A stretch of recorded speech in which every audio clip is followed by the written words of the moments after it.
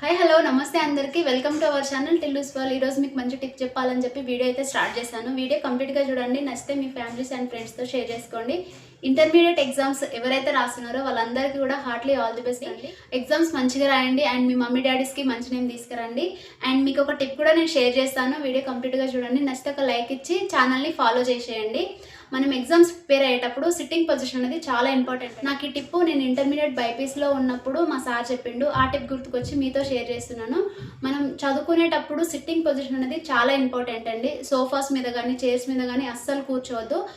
Flat floor పైనే కూర్చొని ఈ పొజిషన్లో కూర్చోవాలన్నమాట. ఈ పొజిషన్లో కూర్చొని బ్యాక్ బోన్ స్ట్రైట్గా పెట్టి చదువుకున్నాం అనుకోండి, మనం ఏం చదివినా సరే మన బాడీ మైండ్ ఈ రెండు కూడా యాక్టివేట్ అయిపోయి మనం చదువుకున్న ప్రతిదీ కూడా ఈజీగా మైండ్కి పడుతుంది అనమాట. మనం చదవడం స్టార్ట్ చేసినప్పుడు వామ్ మిల్క్ కానీ లేకపోతే వామ్ వాటర్ కానీ తాగి చదవడానికి ట్రై చేయండి. రిజల్ట్స్ మీరే చూస్తారు. వీడియో యూజ్ అనిపిస్తే లైక్ ఇవ్వండి, మీ ఫ్యామిలీస్తో షేర్ చేసుకోండి. Thank you for watching. Follow for more. Bye.